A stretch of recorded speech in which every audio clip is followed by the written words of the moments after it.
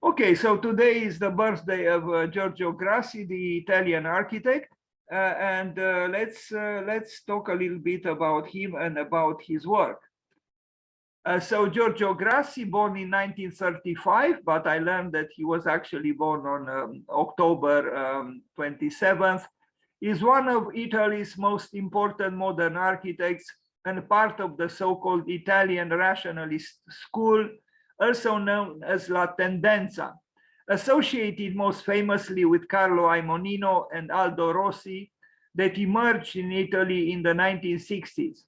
Much influenced by Ludwig Hilbersheimer, Heinrich Tessenov, and Adolf Loos, Grassi's architecture is the most severely rational of the group. His extremely formal work is predicated on absolute simplicity, clarity, and honesty without ingratiation, rhetoric, or spectacular shape making. It refers to historical archetypes of form and space and has a strong concern with the making of urban space. For these reasons, Grassi is a non-conformist and a critic of conventional mainstream architecture. And I told Max, and I am telling you, Bogdan, as well, Frampton is a fan of Giorgio Grassi. He appreciates him very much. This is the man. As I said, he is still alive. And I think he's 86 or so this year. Giorgio Grassi. And I think Frampton admires him exactly because he is not an image maker. He is not, promoting, a superficial form of aesthetics. He's very rigorous indeed, and very serious. But if you long for some form of sensuality or sensuousness in architecture, there you might maybe have some question marks about his work. But let's see. Here he is, probably with his wife, and some drawings. His renderings are remarkable because they are rigorous, but they also have a certain a plastic appeal, so to speak. So he's not he's concerned about architecture,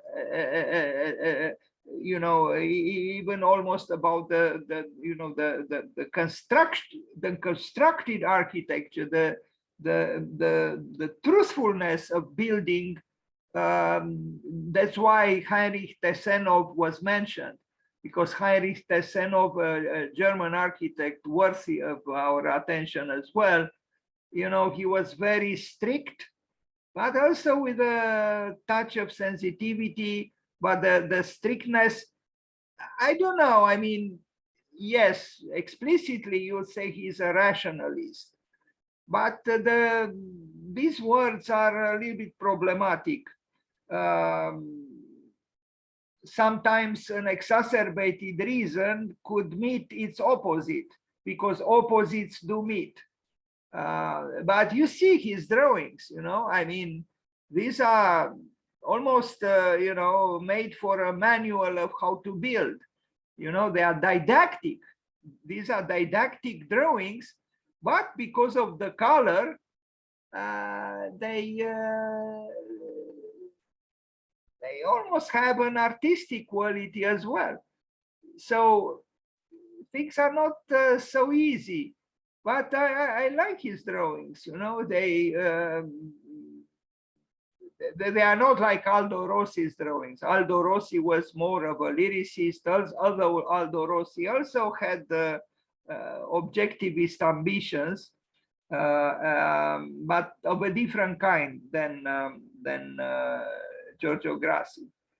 I progetti, le opere, gli scritti. Like other Italian architects, he also meditated on architecture, wrote, published, did many competitions, drew, and so on. Yeah, typical Giorgio Grassi drawing, which is very clear, is explicit, is you know, it is what you see is what you get. Maybe sometimes a little bit too much so, because you know, for those of us who expect a little bit of mystery or something a little bit mysterious, something less defined, maybe in this field it might not be as nourishing as maybe one would like. I don't know. But he is an architect. He is an architect in the good sense of the word. And he's not playing around, you know, fooling around. No, no, he is not. Although sometimes you might think maybe it would have been a good thing if he was, you know, like in the sense of being foolish that Erasmus pointed towards. I mean, you know, this is what he proposed on the left. But the paradox is that strict, let's call it rationalism, could point towards almost hieratic surrealism, you know, like in the paintings of Giorgio de Chirico. You know, in the interplay of light and shadow and the colonnade, the rhythm of the arches, you know, the structure, if it's almost obsessionally, you know, rhythmical, could in under certain conditions point towards some kind of an you know, rational or rationalistic surrealism. I know it's oxymoronic what I'm saying. Here he had, but these are just, this is not the drawing. I don't know what it is doing here. We'll arrive at that project. I'm curious, I mean, you know, certain schools of architecture probably would love this kind of work, you know, which is, but I don't know, who knows? Maybe, you know, he's considered a non-conformist. We just read about it, but this is not what usually you'd associate with this word, non-conformism. You know, you'd expect something wild, while he doesn't appear to be wild. He doesn't appear. It doesn't mean necessarily that he is not. In his own way, maybe there is some kind of madness in him too, like Hamlet said, I am madman northwest. And the madness of Hamlet had a system, just like Giorgio Grassi has a system. So there could be some form of you know, objectivist madness in his system too. I don't know. Anyway, I don't know if you would be pleased to witness my words, but anyway, Giorgio Grassi, as you can see, you know, he is concerned with the art of building, with not with you know, easygoing, you know, happy-go-lucky, you know, seductive images, but with the act of construction. And if he can find architecture or arrive at architecture in this way, all for the better. And he probably did, but I don't know. I mean, is he, for myself, one of the most inspiring architects? I'm subjective. For myself, I appreciate him. I like even this this cover of a book, particularly for the fact that, I don't know, the publisher seems to be called Ion, and this is how my name was when I was in the United States for a few years. People pronounced it Ion. Ion is actually the god of time in the Mitraic religion, a very interesting god of time. He is usually represented as a human body with the head of a lion and with a snake around it. A very interesting time god. It's the god of eternal time, Ion, in the Mitraic religion. Very interesting god, actually. Anyway, restauro e riabilitazione del castello del... Okay, let's see. Here it is. I mean, you know, if he would have made the drawings like Palladio, just line drawings without any color, would have been one thing. But obviously he likes color. I mean, not just in his drawings, but also in his built work.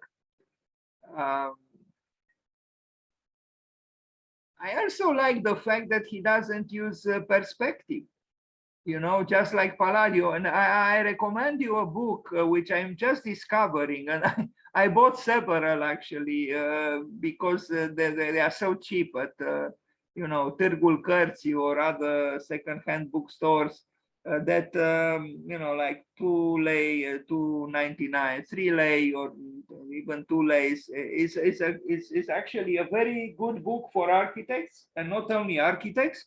De la Bramante la Canova, Giulio Carlo Argan, a famous art critic in Italy, and he talks about, you know, very important architects in this book: Bernini, Borromini, Pietro da Cortona, and so on. And he even talks about what I keep talking about with less knowledge than him, about the avoidance of perspective by Palladio in his drawings. He talks about it, and even about the avoidance of space, or the obsession with space. He talks about in this. I can only feel sympathetic with him, because in a less coherent way or legitimate way, my intuition tells me that Palladio is intriguing for this reason too, that he didn't use perspective at all in his drawings, although perspective was invented already for 150 years or so by Piero della Francesca and Brunelleschi, and Palladio doesn't use it. And I wonder why. Palladio only uses Euclidean representations, two-dimensional drawings. And we are talking about the quintessential architect, are we not? Andrea Palladio. He didn't need perspective. He didn't need to talk about space, but he created some of the most beautiful and complex and timeless buildings ever built by an individual. So maybe it's something worthy of, because, you know, in contemporary times, we are obsessed by perspectives, by renderings, by, you know, all kinds of tricks to show the splendor of our buildings. But are our buildings more splendid than Palladio's? I am not so sure. Anyway. So look, with Giorgio Grassi also, he's not using perspective. You don't see expensive cars in front of his buildings. I mean, his rendered buildings. You don't see, you know, seductive silhouettes with short skirts near those expensive cars. You don't see tumultuous clouds on the sky. You just see the building.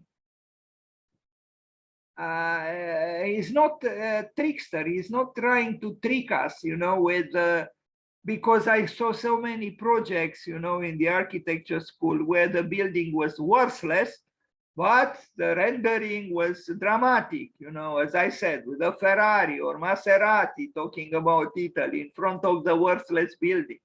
Then equally dramatic feminine silhouettes, and then even more dramatic clouds on the sky. You don't see something like this in the drawings of Giorgio Grassi. Yes, he has colors, as opposed to Palladio. but they do architecture with a capital A and maybe all letters capital. Yes, this is architecture. You don't need tricks, you know, you don't need the paraphernalia of seduction as it is employed excessively in our time.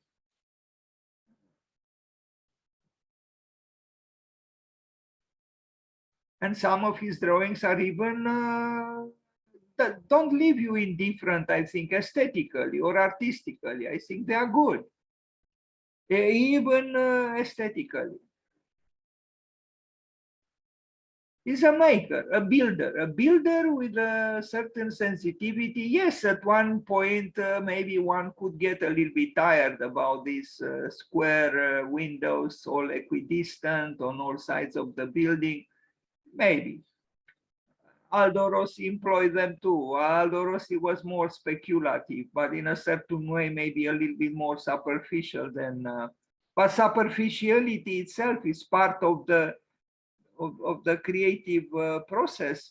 You know, like who wrote Voltaire about the virtues of what is superfluous. It's part of life. We cannot totally get rid of that. In the drawings of Palladio, maybe superfluousness was, if we are to call it so, was let's say employing more columns than was needed in the corner of a building. The dancing columns of, I mean, some of them are clearly don't have a structural necessity or role. In that sense, they are superfluous. But superfluousness, as Voltaire thought, is actually necessary sometimes. It depends, of course, in what context and who does it. To eliminate completely the superfluous is to eliminate a side of life. And then you could arrive at something that is, you know, could be rigid, if not dogmatic, and you know, stern. I like also this model, and I know it's not used very often, but I use it sometimes, you know, to draw the elevations of the building, you know, logically in this way. Yes, you have to rotate the drawing if you are to see them properly, but you correlate the facades, the elevations very easily with a plan in this way. You know, it's very easy to understand, you know, the elevation related to the plan and the plan related to the elevation.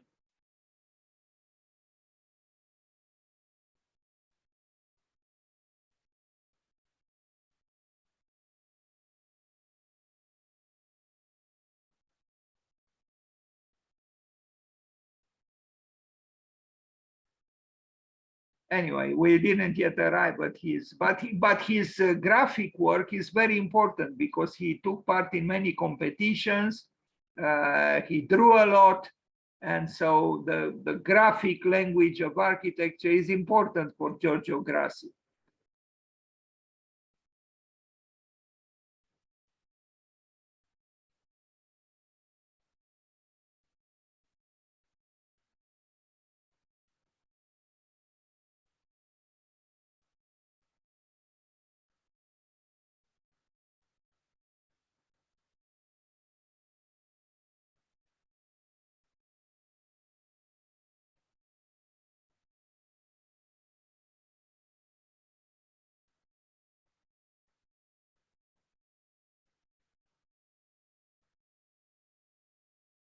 He has many of his projects are actually in the context of existing buildings, and he has insertions there, and you know, so there is almost a continuous process, dialectical process between an existing context and you know, his additions or proposals. Student House, University of Chieti, 1976.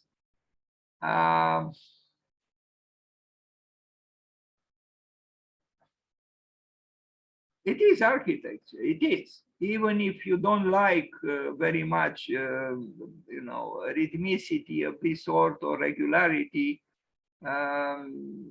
This is interesting that the physical becomes metaphysical when you accelerate or you amplify physicality. This is what happens when you intensify in one direction. At one point, at the point of maximum excess, you reach the opposite. So that's why I said that the rationalists at the extreme, they become almost anti-rationalists or surrealists.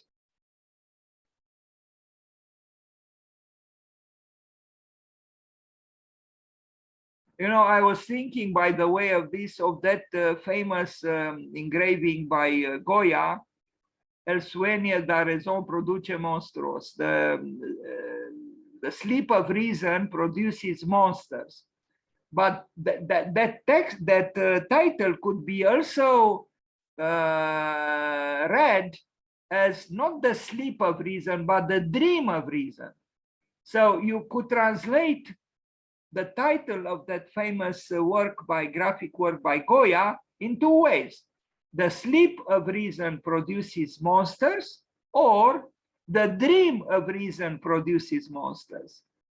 So we have to be careful, I think, because reason, when it becomes excessive and begins to dream about its omnipotence, could become irrational and thus monstrous.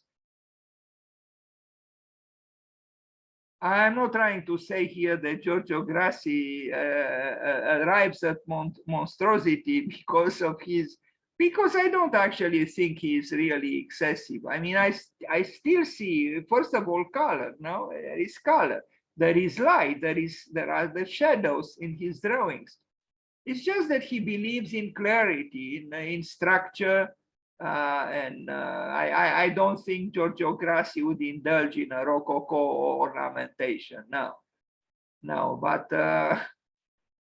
I mean, he wouldn't propose it, but it's possible that he would appreciate it in someone else's building or buildings. I saw today, if we started at 6, to also present the works of Giuseppe Terrani, the famous Italian rationalist who also worked for Mussolini and for the Italian fascism. By the way of the Italian fascism, in 2 days, there will be the centennial. Fascism was initiated in Italy in 100 years ago, in 2 days. And this is, I think it's inviting to contemplate a little bit what this means and maybe take some attitude. But what is interesting is that very capable, rational and intelligent architects and artists sympathized with Mussolini and with the fascists. Even an exalted poet like Ezra Pound, he sympathized even with Hitler. And you wonder, how come? How come? Of course, there was Heidegger, there was Emil Nolde, the important German painter. There was Knut Hamsun, the Norwegian great writer who even received the Nobel Prize, and the Norwegians, kind of marginalized him because he even wrote admiration letters to Hitler. And he was a very sensitive and very capable, artistic soul and a great writer. He received even the Nobel for literature, but he sympathized with a monster named Adolf Hitler. Now, this is indeed, I mean, you look at this, but is it rational or rationalist? I don't know. I mean, it appears to be so. but in its lack of accidents and its symmetry and its regularity, it's almost irrational, I guess. But I like the fact that, he's not speculating here. The handrail is as it should be without any kind of formal invention. It's just like the architecture of Hans Meyer, this kind of pure, extreme functionalism, which again could become irrational and even non-functional if pushed to an extreme. Maybe. But I think there is even some sort of beauty in the drawing. It's Apollonian. It's not Dionysian. No, it's Apollonian. But nothing wrong with Apollo. Although, when you see this model, it could be a little bit, oppressive somehow, especially in white and black, like we see here. Its metaphysics seem to be a little bit heavy somehow for me as a Latin imperfect trouble man. But otherwise, I mean, who knows? Maybe the Germanic spirit would love them just as they are.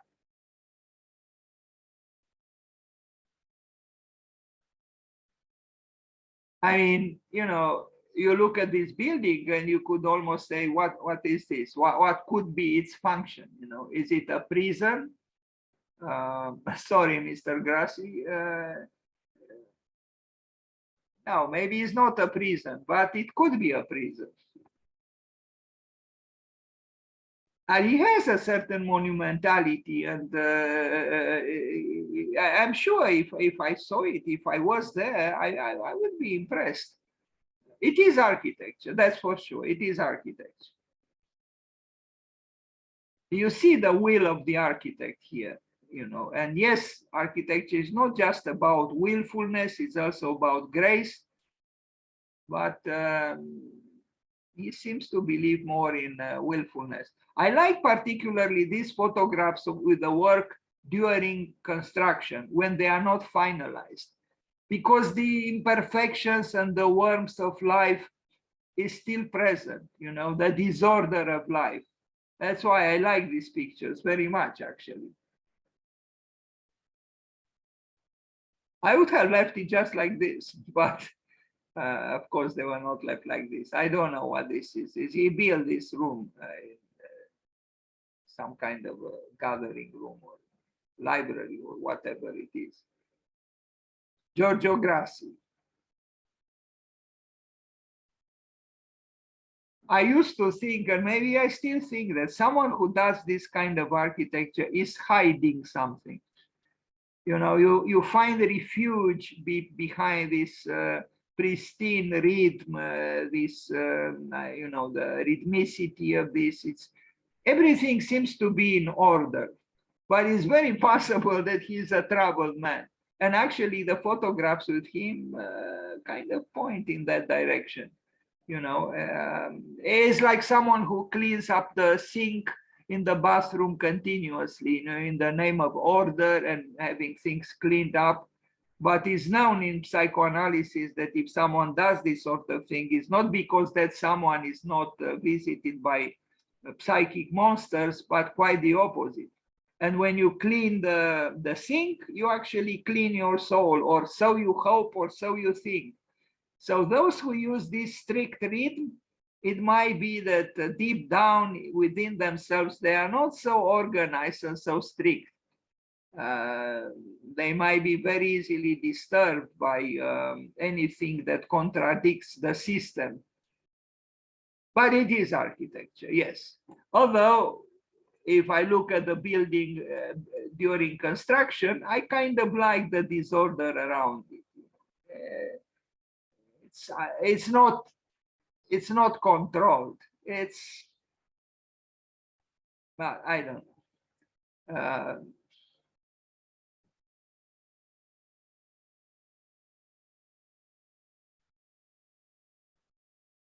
I saw a building by Alvaro Siza Venice, a housing complex, and it disappointed me. It had something of this kind of aesthetics. It was a rationalistic building, if I am to call it so, and we neglect the fact that the rationalist movement, the historical one, is considered to be between the two wars. And it's interesting, no? Italians are Latin, the Portuguese are Latin, and yet they could do this sort of architecture. While Schinkel, for example, in Germany, you'd expect, the Germans to kind of be more prone to do this sort of thing. And actually, the Italians, the tumultuous, emotional Italians, do it. Strange. This is a work. How do I have pictures with it from 1984? Maybe later. Roman Theatre of Sagunto, 1985.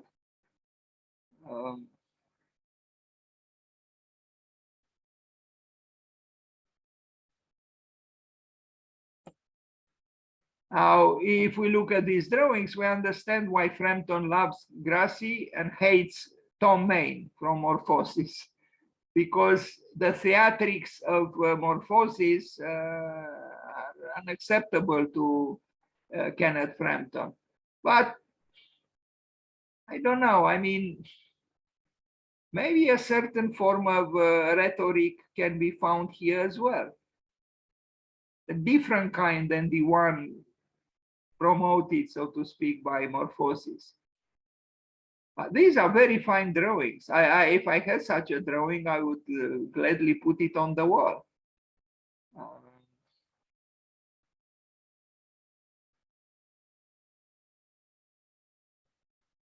Now, is shadow in real life like he represents it? Not quite, I mean, it's still a graphic convention, it's something of the atmosphere is not quite present here, the lyricism of atmosphere. The shadow is, rigorously traced, maybe too rigorously, it's almost like a cerebral shadow coming from, light coming from the sun of the brain, and not so much the sun on the sky. They are good drawings, they are. And he is an architect, yes. Well, for now, we only saw drawings and just one building. Maybe he built more than just one. Here he did an intervention. I forgot, I made this presentation a while ago. Yeah, he inserted, his proposal for, he kept the work, but he has some interventions within it. And this amphitheater, in fact, you saw a picture of it at the beginning. But after a while, whatever we might think and feel, these windows, repeated ad infinitum could be a little bit tiring if you see them too often in too many buildings.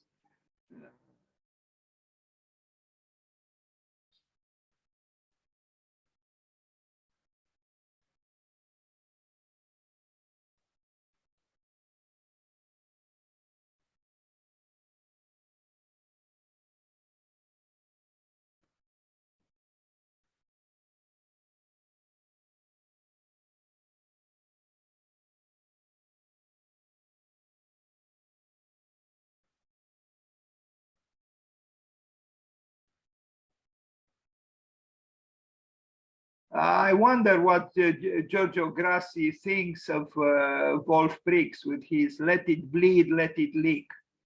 I also wonder what Wolf Briggs will think about Giorgio Grassi, because you know, there is no let it bleed, let it leak here. Everything seems to be under control.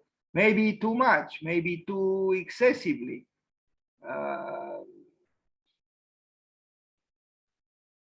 I mean, we remember in that video clip from Breaking the Wall by Pink Floyd, the professor who was so in control and so strict and so drastic with the students, with the pupils, he was actually, dwarfed and, dominated little angel in the hands of his wife. So those who control everything and need to control everything could have a vulnerability somewhere. And again, they try to find a refuge in a form of control. But I don't think Giorgio Grassi is a fanatic in this. I mean, you know, even here, he left the ruins as ruins. So he's not, I don't think he's trying to hide too much from the possible demons within. I like this stage there, you know, it's you don't need any play, you know, in itself it's a play, the theater of architecture. And I could sit just like those two persons there and look at the stage, and with no need to have any actors. It's just the movement of the shadow in relation with the movement of the sun, the apparent movement of the sun, and the architecturalness of the stage is it's a show in itself. It's a good work by, and it's a good work particularly, I would say, because the strictness of Giorgio Grassi's architecture is in a dialectical relationship with the disorder of the ruins.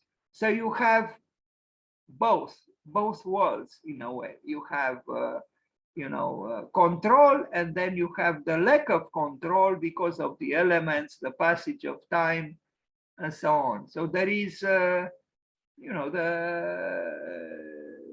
dialectical process between them. It's possible that without these ruins, the work would have been a little bit less.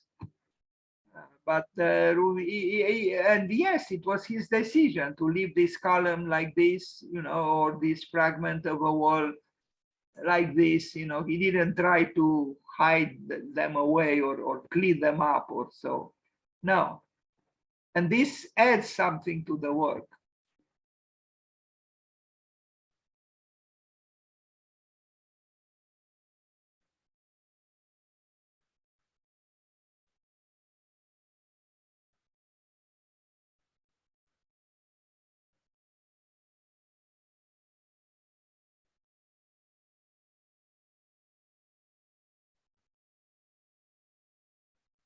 By the way, of this Hans Meyer, the second director of the Bauhaus, after Walter Gropius left in 1926, Hans Meyer became director for 3 years, but he was banished because he was a communist and he sympathized with the Soviets.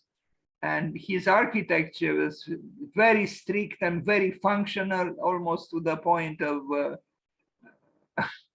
nausea, to use the title of a book by Jean-Paul Sartre. But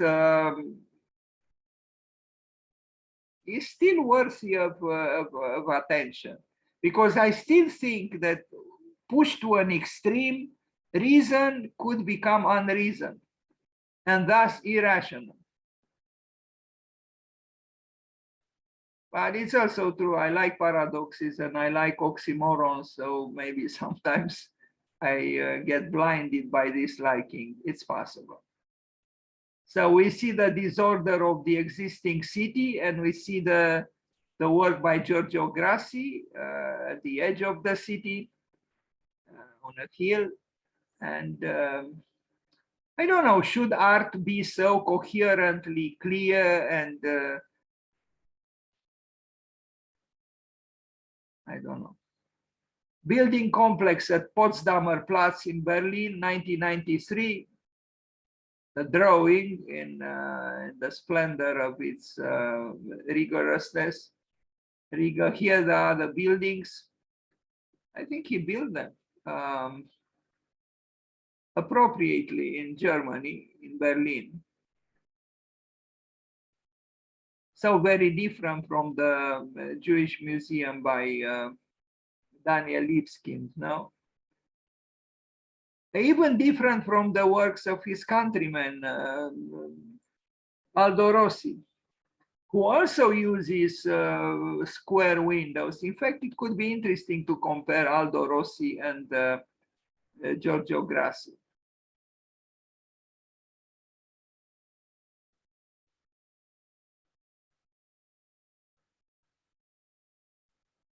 Yesterday, I showed the work of Dominikus Böhm, an expressionist German architect, quite good, and the father of Gottfried Böhm, who received the Pritzker Prize and is even a doctor honoris causa at UAM in Bucharest. But the father, Dominikus Böhm, since we are now in Germany, a remarkable architect of churches.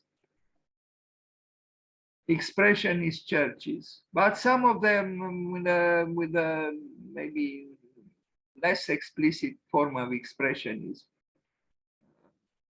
maybe almost a Romanesque architecture. Quite good, Dominikus Böhm.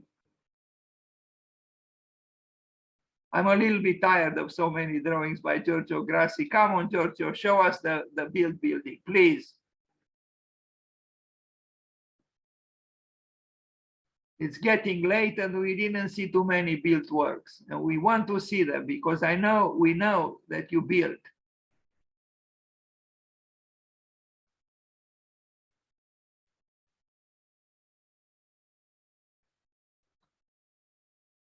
They are intimidatingly perfect, these drawings. Everything is, I mean, not a single line is superfluous. Everything seems to be impeccably as needed, almost frighteningly so.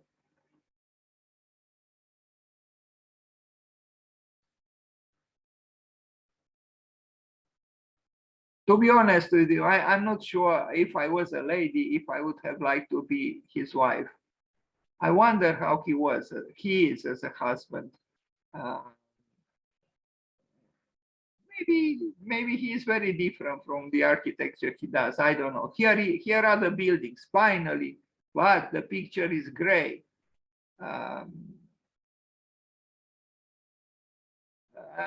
For his buildings, I think this grayness works, or quite the opposite. He shouldn't accept photographs in black and white and grayish, or maybe he would. I'm ambivalent. But this is the building, and there is no contradiction between the drawings and the building, or the buildings. Are they rigorous? Yes, they are. There is a little bit of capriciousness here. You know, why did he use, you know, either a different material or a different color of the wall until he arrived at this height, and the different.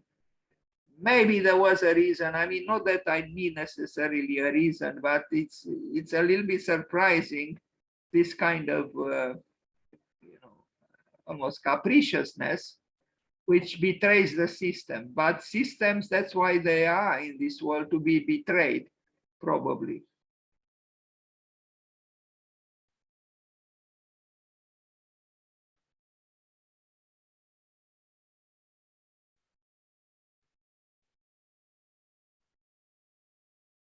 So this man, when he became a young man, the Second World War passed already. But here are the buildings in colors, you know, like they are like in his drawings.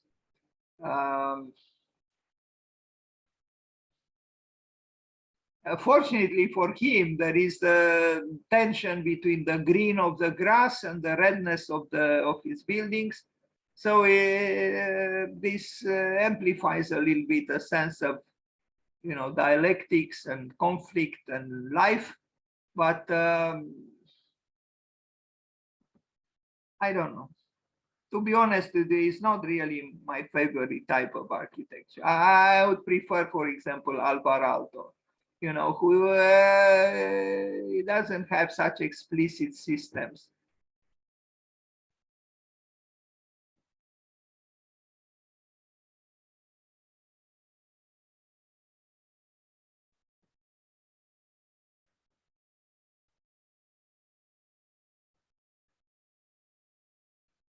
Oh, since I mentioned Kenneth Frampton, he hates Frank Gehry.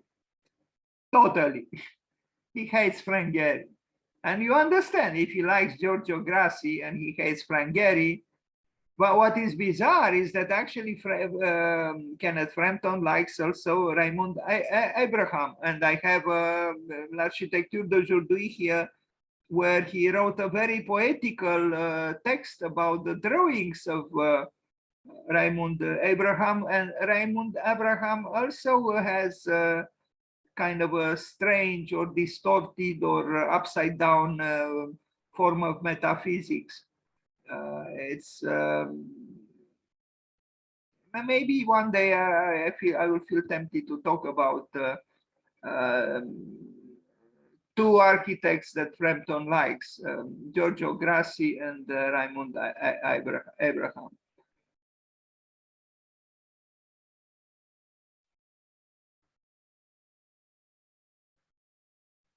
Other works. I guess we are approaching the end of this imperfect and short presentation, or maybe it's not so short. Nuova sede la Casa di Risparmio di Firenze. Firenze. This is, I don't even know if it's a rendering or it's the built work. I guess it's the built work, but it could be also a rendering, very fine, convincing rendering. Is it a good building? Yes, it is a good building. Is it a building that I would love to live in or work in? I'm not so sure. Austria. Well, he didn't build a castle. Progetto di I guess I just show works from his competition entries or his commissions, which didn't yet become buildings, to my knowledge.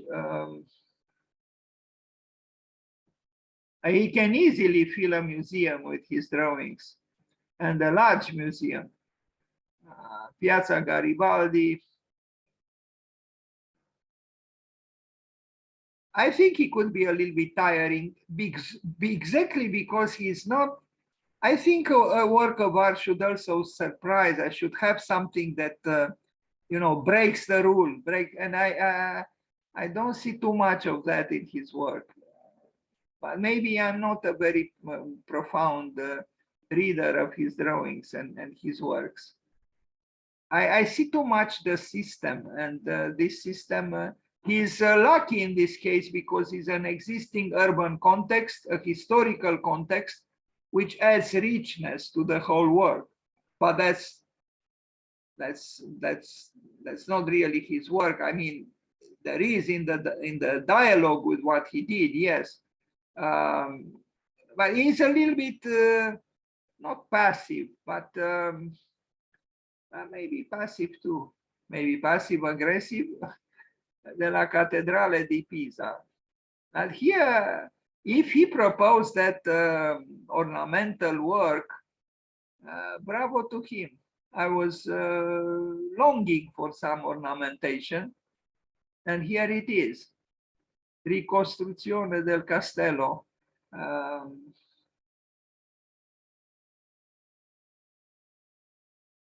Is here an exuberant spirit? I don't know. Because Frank Lloyd Wright saw that creativity is exuberance. And could you achieve exuberance through reticence?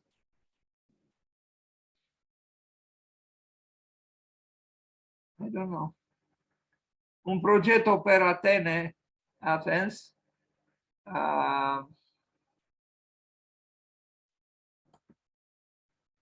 course, what he proposed is here and here.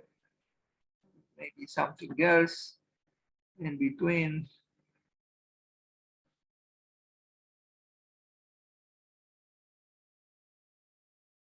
To be honest with you, I'm a little bit tired of Giorgio Grassi, but maybe also because it's getting late. Another concorso for a new museum in Berlin. Spain, Santiago de Compostela, where Peter Eisenman built his cultural city.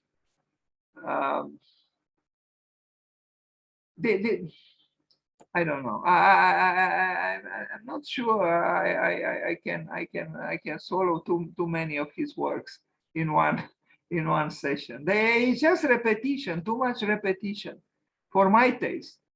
And I'm subjective. Leipzig. For example, here I would prefer Gunnar Asplund.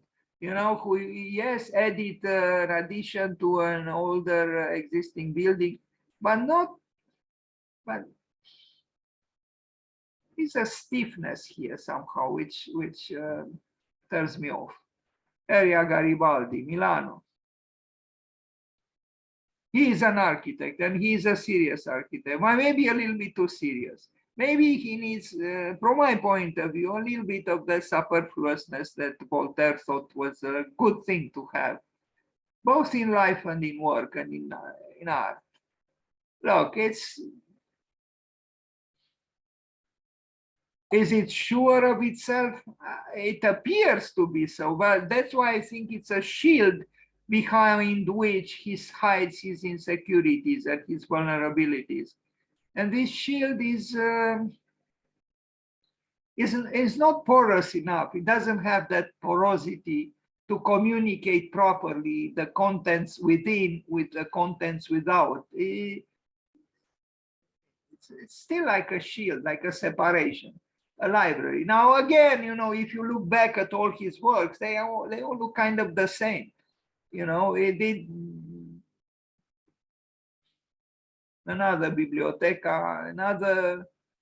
No, I'm sorry, Mr. Frampton, but I don't think I could live easily in a world covered with the buildings by Giorgio Grassi. I think I would go mad. So let's see. That's about it today. Thank you.